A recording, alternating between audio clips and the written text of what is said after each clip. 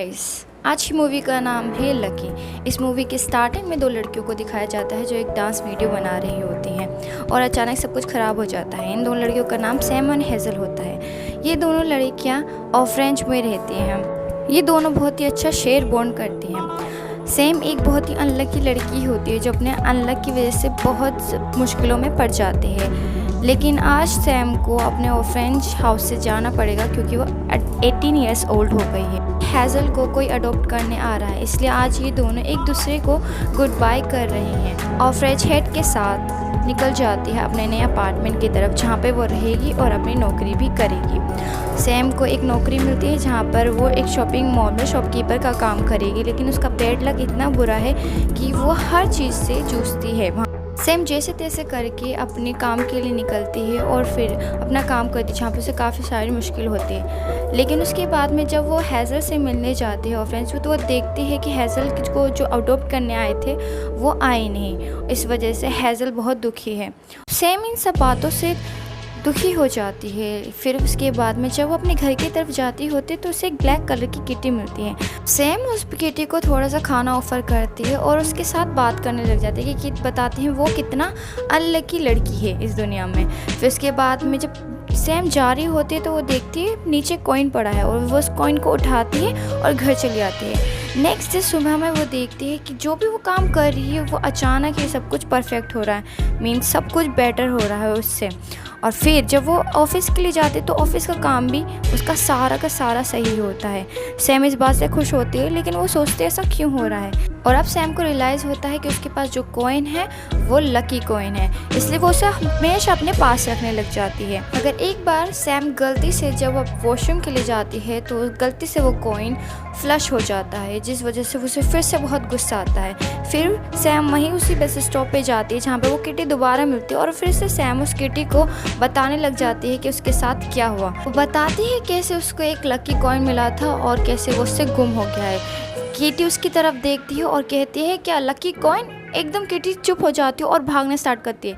Sam ने पहली बार किसी किटी को बोलते हुए देखा, नोटिस करती है जैसा कॉइन पे एक पैटर्न बना हुआ था वैसा ही सेम सिंबल उस केट के लॉकेट में होता है। फिर उसके बाद में सैम उस किटी का पीछा करती है जहाँ पे वो किटी उससे बहुत दूर दूर जाने की कोशिश करती है, लेकिन फाइनली ही सैम उसे पकड़ लेती है और छुपके से देखती है कि वो कहाँ जा रही है। जहाँ दिखाया जाता है वो केट एक कोड सेंड करती है और एक पोर्टल खुल जाता है जिसके अंदर वो केट चली आती है और सैम भी उसके पीछे पीछे उसी पोर्टल में चली आती है। अब वो किटी सैम को देख के डर जाती है और सैम से कहती है कि तुम्हें यहाँ नहीं होना चाहिए था। वो पेन ही हमारे लिए बहुत इंपॉर्टेंट होता है इंसानी दुनिया में भी, ताकि हमारा लक हमारे साथ रहे। सैम जहाँ थी उस जगह का नाम था लकी लैंड। अब अचानक ही कैट और सैम को दोनों को किसी की आवाज़ आती है और कैट सैम को छुपने को कहता है। वहाँ पर दो लेप्रकॉन आते हैं और वो कैट से उसका पैनी मांगते हैं। केट ये कहेगी पीछे छिटवा लेता है कि मैं अपना पैनी सीधा कैप्टन को दूंगा। केट बहुत परेशान होती है क्योंकि उसे कुछ भी करके उस पैनी की ज़रूरत होती है। जो भी वापस आते हैं उसे पैनी वापस डिपोज करनी होती है। यहाँ पे सैम उसे एक आइडिया देती है कि वो लेप्रकॉन के कपड़े पहनकर वहाँ की डिपो में जाएगी और वहाँ से एक पैनी चुरा कर ले आएगी। फिर वो एक हेज़ल को गुड लक देने के बाद वो पैनी उस केट को रिटर्न कर देगी। के तभी उस केट को कोई बॉब के नाम से पुकारता है और हमें पता चलता है इस केट का नाम लकी लैंड में बॉब है। बॉब को सैम का आइडिया बिल्कुल भी पसंद नहीं आता क्योंकि पैनी को डिपोज में से पहले गेट पर ही सबमिट करना पड़ता है। तभी सैम उसे अपना बैग के बटन को पैनी की तरह यूज़ करने को कहती है और ना चाहते हुए केट को भी सैम की बात माननी पड़ती है क्योंकि उसके पास कोई दूसरा प्लान नहीं होता है। तभी हम देखते हैं कैप्टन सभी केट का पैनी कलेक्ट कर रही है। फिर दोनों पैनी डिपोज के लिए निकल जाते हैं और वहाँ पर का नज़ारा बहुत ही अच्छा होता है। सैम वहाँ का नज़ारा देख के बिल्कुल हैरान हो जाती है कि लकी लैंड कितना अच्छा जगह है। इसके बाद में बॉब अपने एक फ्रेंड जेरी से सैम को मिलाता है और उससे कहता है कि सैम एक टॉल लेप्रिकॉन है। फिर वो बताता है कि आज से सैम का पहला दिन है। सैम और जेरी दोनों के दोनों अंदर चले जाते हैं जहाँ पे सिर्फ लेप्रिकॉन ही जाते हैं और अब सैम और जेरी एक साथ बैठते हैं और साथ मिलकर पेनी पर पॉलिश करते हैं। लेकिन अचानक सैम के हाथ में वही बटन आ जाता है जो पेनी की जगह कैट ने यूज़ किया था। और सैम परेशान होकर वहाँ पे गड़बड़ कर देती है, जिस वजह से वहाँ पे सब कुछ उथल पुथल हो जाता है। फिर उसके बाद में सभी लिब्रिकॉन्स को वहाँ से निकाल दिया जाता है।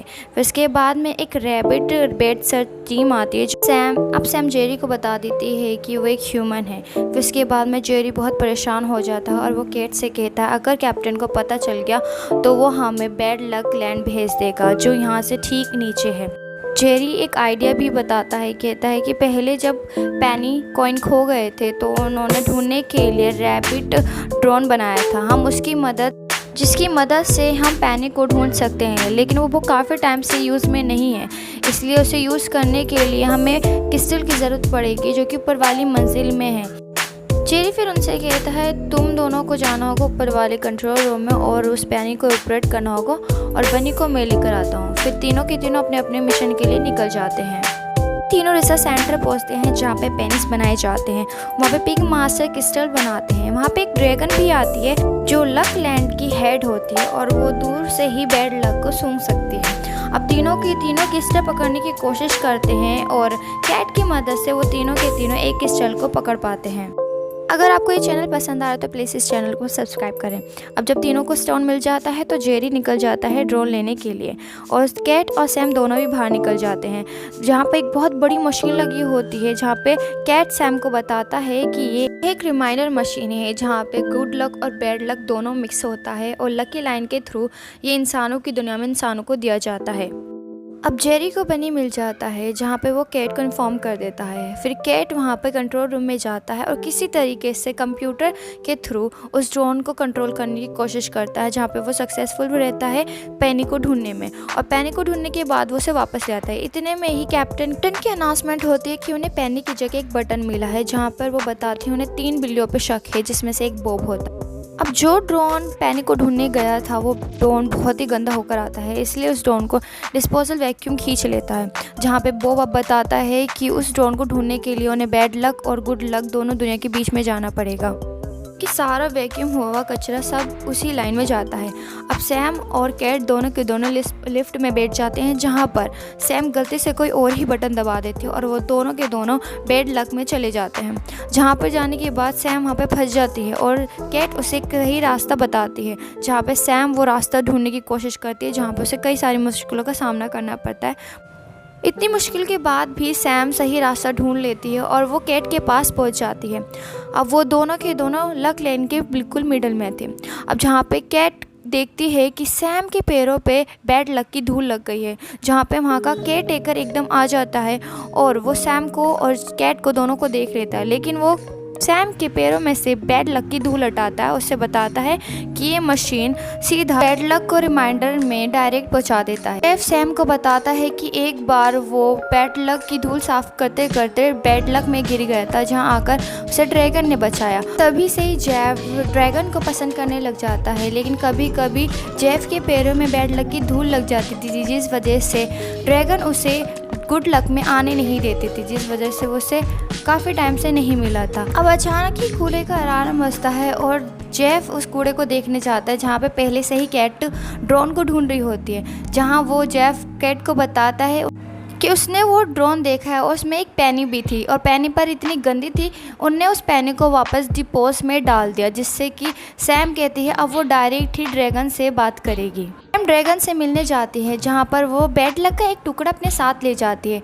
जहाँ पर ड्रैगन उसका बैड लक सुनकर उसके पास आती है और बेनी को बुलाती है और बेनी से उसका बैड लक ले जाती है अपने साथ। फिर ड्रैगन उसे एक गुड लक पेनी देती है और कहती है कुछ दिन इसे अपने पास रखो, तुम्हारा गुड लक तुम्हारे वापस आ जाएगा। फिर उसके बाद में सैम वो पेनी लेकर चली जाती है, लेकिन इतने में ही बनी की पूरी टीम बॉब को ले जाती है, क्योंकि जो बटन मिला था उस पर बॉब के फिंगरप्रिंट के निशान थे। हाँ, सैम आके उन सबको रोकती है और बॉब को अपना पेनी दे देती है। जहाँ पे वो पेनी बॉब कैप्टन को दे देता है और कैप्टन वहाँ से चली जाती है। फिर उसके बाद में बॉब सैम को शुक्रिया अदा करता है जो उसने उसके लिए किया। फिर बाद में सैम बोलती है मेरे पास एक आइडिया है, क्यों ना हम रिमाइंडर को ही बंद कर दें। फिर दोनों के दोनों छुप के रिमाइंडर में चले जाते हैं जहाँ पे बैड लक बनता है और फिर बैड लक को पूरी तरीके से बंद कर देते हैं। सैम वापस इंसानों की दुनिया में ही जारी होती है। इतने में ही उन दोनों को बैड लक की धूल दिखाई देती है और जब वो दोनों बाहर देखते हैं तो उन्हें दिखाई देता है रिमाइंडर पूरी तरह फट गया है, क्योंकि जेफ की जो मशीन थी बैड लक की वो पूरी तरह ओवरलोड की वजह से फट जाती है, जिस वजह से पूरे गुड लक लैंड पर बैड लक फैल जाता है। जगह गुड लक की जगह हर किसी को बैड लक जाता है। जहाँ पे ड्रैगन देखती है गुड लक स्टोन भी गायब हो जाता है। फिर सैम चिल्ला के बोलते हैं मुझे अपने घर जाना है, जहाँ पे सबको पता चलता है कि सैम एक ह्यूमन है। इसलिए सब सैम को ही जिम्मेदार मानते हैं और सब सैम को अकेला छोड़ के चले जाते हैं। फिर सैम अकेली रोने लग जाती है, जहाँ पे बॉब आता है और उसे समझाता है वो बहुत अच्छी इंसान है और उन्हें कुछ भी अपने लिए नहीं करा था और उसे बताता है कि उसे गुड लक चार्म भी अपने लिए नहीं अपनी फ्रेंड हैसल के लिए चाहिए था। जहाँ पे फिर सैम बोलते हैं कि मेरे पास एक आइडिया है, मैं सबको ठीक कर सकती हूँ। उसने बैड लक में एक थोड़ा सा गुड लक देखा था। अब दोनों वहाँ पे जाते हैं। दोनों के दोनों बैड लक के एक बार में जाते हैं जहाँ पे उन्हें एक ग्लोबल मिलता है, उसका नाम रोटी होता है और वो उन्हें एक गुड लक बॉक्स देता है, जहाँ पे वो बताता है कि बैड लक उन्हें ना हारने की हिम्मत देता है। अब सैम, बॉब और जेफ और रोटी तीनों मिलकर ड्रैगन के पास वो गुड लक और बैड लक दोनों लेकर जाते हैं। आग की मदद से गुड लक और बैड लक स्टोन बना देती है, लेकिन इस बार वो नहीं चाहती कि रिमाइंडर में बैड लक स्टोन लगे, जिससे कि हर किसी को गुड लक ही मिले। फिर इसके बाद में वो गुड लक स्टोन लेकर रिमाइंडर की तरफ चली आती है, जहाँ पे सैम उसका पीछा करती है बैड लक स्टोन लेकर, और जहाँ वो ड्रैगन को समझाती है कि अगर उसकी लाइफ में बैड लक नहीं होता तो वो यहाँ नहीं आती, वो अच्छे लोगों से नहीं मिल पाती और ना ही यहाँ पे बॉब से दोस्ती कर पाती। इसलिए हर किसी की लाइफ में बैड लक होना भी ज़रूरी है। ये बात ड्रैगन समझ जाती है और दोनों मिलके रिमाइंडर में बैड लक और गुड लक स्टोन दोनों ही लगा देते हैं। अब रिमाइंडर मशीन फिर से चालू हो जाती है, जहाँ पे वो रिमाइंडर मशीन गुड लक और बैड लक दोनों ही बनाने लग जाती है। अब गुड लक लैंड पूरी जैसे पहले था वैसे ही हो जाता है। सैम भी देखते ही हैज़ल को किसी फैमिली ने अडॉप्ट कर लिया और वो सैम हैज़ल के लिए खुश होती है। फिर उसके बाद में दिखाया जाता है ड्रैगन भी बैड लक लैंड में जाता है और वहाँ पे एक स्टोन गुड लक का ले जाता है और उन्हें वहाँ दे देता है। उसके बाद में दिखाया जाता है सैम वापस अपने इंसानों की दुनिया में जारी होती है, जहाँ पर अब बॉब कहता है कि मैं भी तुम्हारे साथ हमेशा तुम्हारे साथ रहना चाहता हूँ। फिर लास्ट में बॉब और सैम दोनों की दोनों हैज़ल से मिलने जाते हैं, जहाँ पर वो तीनों बहुत अच्छा टाइम स्पेंड करते हैं और उसके बाद में बॉब और सैम हमेशा एक साथ रहते हैं। और इस तरह इस ब्यूटीफुल मूवी का एंड होता है। गाइस, अगर आपको ये वीडियो पसंद आती है तो प्लीज़ इसे सब्सक्राइब और लाइक ज़रूर करें। Thank you very much.